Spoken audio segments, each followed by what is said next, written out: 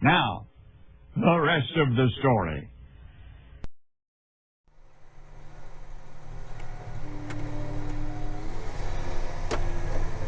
Oh, welcome back to the rest of the story. And what is the rest of the story up to? Causing chaos? Yeah, a little bit. Down here on somebody's property, also known as the valley, I'm tearing up some bare spots, which I already did the spot where I stacked all that hay last fall. It wasn't me, it was Dad and Ryan, so they're going to take the blame for that, but we're going to give them a pass because I told them that's where I wanted the hay stacked. So down here, I'm not really crazy with the hay stand. A lot of clover, not a fan of clover. Not a lot of people are a fan of clover, actually, the more people you talk to. But for what I want, what I'm looking for my needs when it comes to my hay operation, if you want to call it that, my whole 100 acres, which I got more than a little bit more than 100 acres, but I make do with what I got. And uh-oh, trouble. Yo. Oh. Well, I lost my rhythm. Trouble just called to see if I was getting into trouble, and of course I wouldn't do that. I'm just about done down at the valley here. Just a couple spots where it had a fair amount of traffic, and I'm really not even trying to dig much. I'm just hitting the top inch of the soil. Actually, I have the VT set, so it's actually putting all the pressure on the back. So the rolling basket back there is kind of beating up some of these clots of grass, and then probably come down tomorrow after this dries out, because that's what the person that just called me was my buddy Ryan, and that's kind of what he was asking too, is how wet it was. And it's muddy underneath. It's dry up top, but you get down into the soil, this gang over here is actually starting to ball up on me. So we got some nice grass right there, so that's kind of what I'm trying to do here. Just trying to work it up enough that if I come in with the drill is going to move enough soil on its own that I won't have to harrow it or anything, which I did it last year a little bit and it worked out fairly well. So if I keep kicking around in my head about just coming down and reseeding this whole field, that's not going to happen for a while. So basically just doing a lot of strategic farming down here. Strategic sprays, strategic drilling. And this, but even once I get this seeded down, by the time I come down and cut this, it'll come up enough that it'll be worth cutting. So quantity over quality, first cut. When that really comes back to bite me in the butt is when it comes to making second cut, because I'm looking for quantity and quality. So that's where the sprayer coming in and spraying nitrogen down really comes into play. You know, I really should be watching what I'm doing here. Yep, it's a lot of dirt. So really, as long as I don't get really aggressive with this, and by aggressive I mean not, doing 10, 20 acres here, which this area that I'm working up is already getting kind of out of control, so I need to reel it in a little bit. But the thing is, What I'm really doing is I've been out working up my waterways and stuff where we're planning on getting them seeded. Problem is I didn't get started till 3 o'clock because for those of you that are on my Instagram account, which for those of you that still care, it's the rest of the story Travis, because if you just go to the rest of the story, I believe somebody else has claimed that title. But I don't post a lot, but I'm trying to get better. I'm working on it. I got to be honest, posting here lately has been a little bit more fun, so that's why you're starting to get a little bit more consistency out of me. I mean, because when it turns into a chore to post videos, the chances of me really getting carried away posting just really drops off. When it's fun, when I kind of enjoy doing it, I get good interaction with everybody and people are commenting, being positive and not just being turds. It's a lot more fun to do it. I mean, I got really tough skin. I mean, I don't think you're allowed to post online without having tough skin, to be honest with you. I think that was one of the requirements when you start it. So, but it's a lot more fun and everybody's more easygoing and not running you down for doing something not exactly how they do it. So the fenders, oh guys, I had a video, I deleted it because it didn't make the cut, but I had a video talking about the fenders in the 76. I replaced the busted fender with the new one already. That's looking really nice. Just about not where you want it to powder, but I'm gonna have to do another video on the 76's fenders because people are saying just to take them off and why bother with them. And the reason that I bother with them is because the technical explanation is it keeps mud and dirt and manure and stuff you know, flying up and hitting the windows when you're going Mach 20 up and down the roads when you got stuff in your tires. And the great state of Southwest Wisconsin, having stuff in your tires is awfully common, especially on my winter chore tractor, which is what the 76 is. It's my go-to all-around machine. And let's face it, you take the fenders off, it looks dorky.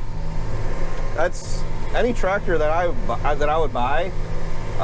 If it didn't have fenders, I would put the money into fenders, without a doubt. Because if you don't have fenders, they just look dumb. And no offense to people that don't run fenders or don't have fenders on, that they think they don't need them. You're allowed to not have fenders. That's a great thing about being a farmer and being your own person. You cannot like fenders and not run them and not be hurting anybody.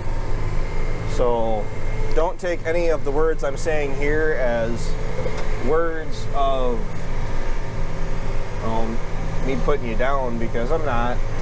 Honestly, I think everybody just needs to be themselves and not worry about it, which I think generally is what you get online or get as farmers, but it's just people try to argue their point, which is fine. There's nothing wrong with that. The only problem you get into is when it gets to the point where my willingness to sit and explain my reasoning pretty much runs out. So I'll probably end up doing a video on the fenders of the 76 and just talking about it, because I know everybody doesn't watch all of my videos.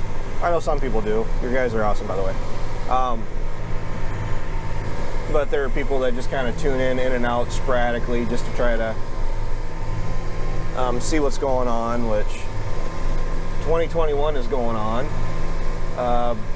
Doing this is kind of dull. This is actually probably the most I've done, which I think the only reason I've done as much as I have is because the longer I'm down here, the more I go, I should work that. Maybe I should work this up or work that up. I think I'm pretty well done. I got to pull the pin on this. I got to go back to my place, work some waterways in there, because otherwise the warden, my boss, she's going to call me wondering where I'm at, because, you know, having a 1-year-old is a 2-person job sometimes, and Relina is currently a little piranha. I can tell you right now, I'm probably going to have a video with me having a big like bite mark up across my forehead or something, because when Brittany sets Relina on me in the mornings, I'm sure she doesn't, actually, to be honest with you, I know she means it, but she tries to bite me. I think it's because her teeth are bothering her, but she does the whole, you can feel her teeth try to scratch at you, bite at you. The good thing is that she's cute and I love her. So she gets quite a bit of wiggle room there as far as getting into trouble. Not to the point where she doesn't, where she'll get in trouble if she misbehaves just wrong, but we're actually raising a pretty good kid so far. So Relina, if you're looking back in videos laughing at your dad, there once was a time when you were a pretty good kid. Keep it that way. So, oh gosh, you guys made me lose my whole train of thought now. And no, for those of you who are wondering, I probably shouldn't have. It needed it. Just random bare spots down here. So, I got a UTV sprayer coming. I ordered it. I just put down about $2,000 worth of gravel down at my place. So spending some of that money, I like to pretend that I have. And then I finally have a driveway. For those of you that are on my Instagram, you saw that. The sprayer is a 90-gallon, it's 245 gallons, but it's meant for our Gator, for John Deere's. Cool. I'm putting a boomless sprayer on it, so I'll be able to strategically spray some areas, spot spraying a bunch of the neighbor's place. I got some on this like this pasture right through here. That's gonna get it. And then gotta stop, Travis. Gotta stop. My problem is I keep going through and I'm gradually getting farther and farther out because the stand is light. It's not that it isn't there, but it's light. So the reason why I'm gonna get that boomless sprayer is because like fence lines and areas that I can't really drive right up to, I can wing that boom or that boomless part out because it sprays basically 2 rainbows out the side. And I believe it's a 30-foot spray pattern, and I'm planning on having a lot of fun with it. It's probably gonna be kind of tedious because I don't have a immediate tender. I mean, I could probably get one from Andrew, but then the problem is if I do that, then that starts talking about coming across as commitment, like well, if I'm gonna spray this much, I might as well spray that much. And I really just wanna strategically get to the areas that the weeds are coming in. The areas where the grass is coming up heavy enough where it's actually smothering out any weeds that were coming up is fine. I'm not worried about it. So I mean, I'm actually farther ahead by using this sprayer. I gotta justify this to myself. By using the Gator to spray, because I'm not spending the money to blanket cover everything when it doesn't need it. I'm sure that makes sense in theory, but I can deal with some weeds. It's not like I need like complete weedless grass, bales, whatever, because first crop is where it's the worst, where it would be the worst if I don't spray any of them. But for what it's going for, it's going to get ground up for feed anyway, and the weeds really didn't deter people last year. So if I could get away with not spraying the weeds last year, why worry about spraying it this year, because the bales look horrible if they got a bunch of weeds in the face of them, like weed stems and all that stuff like that, which that might have been just a last year thing because I picked up a bunch of ground last minute, so I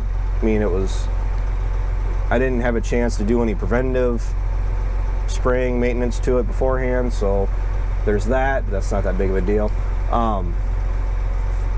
I'm looking forward to that UTV sprayer because I can use it for spraying our pastures and stuff like that, because I will not, under no circumstances, use the 46 and that 3-point sprayer of mine to spray pastures and stuff like that, because just using it for spraying fertilizer on the field ground, I had some pretty close calls with it. So I mean, when you start talking about uneven ground in pastures with a boom machine, I'd probably completely tear apart that sprayer, and I want to get rid of it.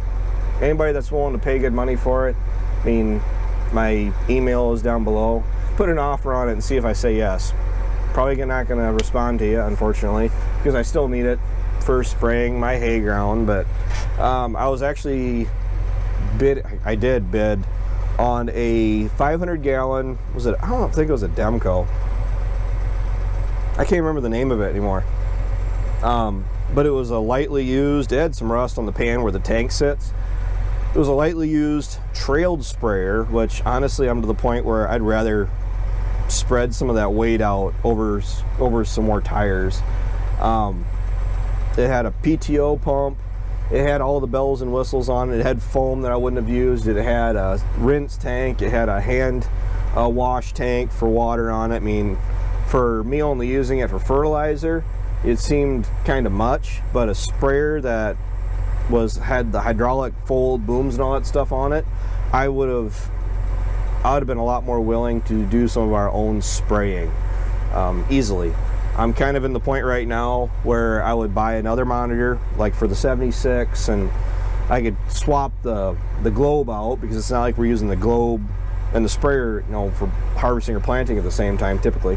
And I would totally spray some of our row crops, and you know, plant health is huge even with hay ground, because you're going to get your most money out of spreading the dry or spreading fertilizer in general for your first cut. The grass is going to respond the most to it. Doesn't mean it doesn't respond to a second cut, but here with Southwest Wisconsin, we typically get dry after June.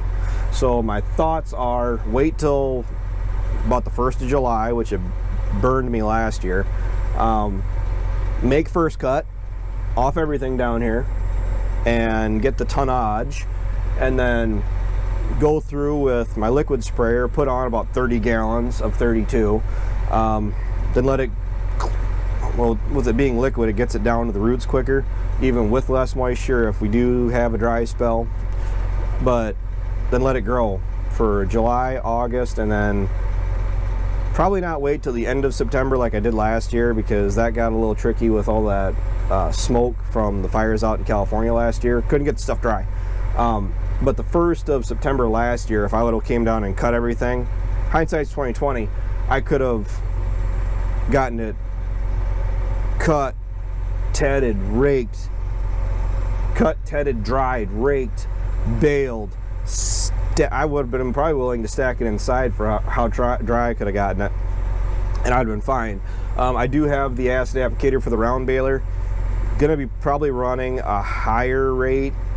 Well, probably the rate that I was running last September, because when I first got it, I ran it half of what I'm running it now, or what I ran it last. And where I was last running it is where I need to be at minimum.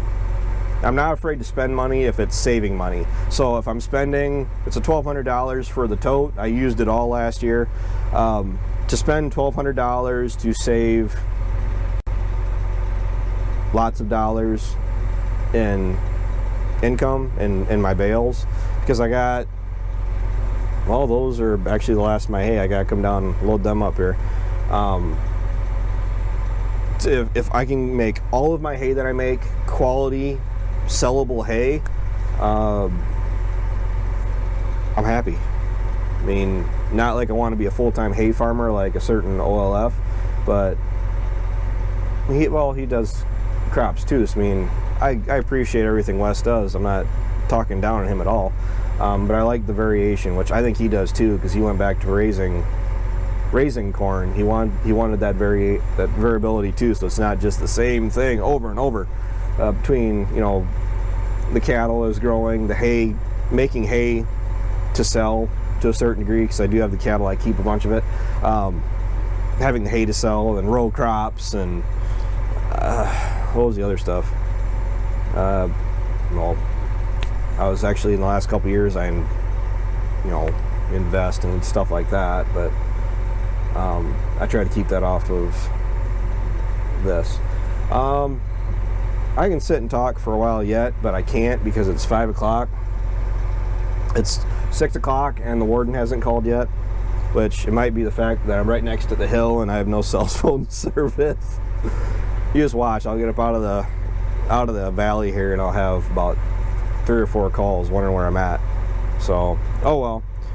Well, you guys can see my Christmas present. Yes, that's right, my Christmas present. This is all on the wife, because she got it for me for Christmas, but she hid it so well in the back of her closet that she just found it the other day when we cleaned out our closets. So, trying to get some use out of it before we get warm enough I can't wear it. But with that, before I ramble anymore, thanks for watching, thanks for tuning in, thanks for liking, commenting, and subscribing. I know you're thinking about doing it, go ahead and do it. I absolutely hate doing that. You know what?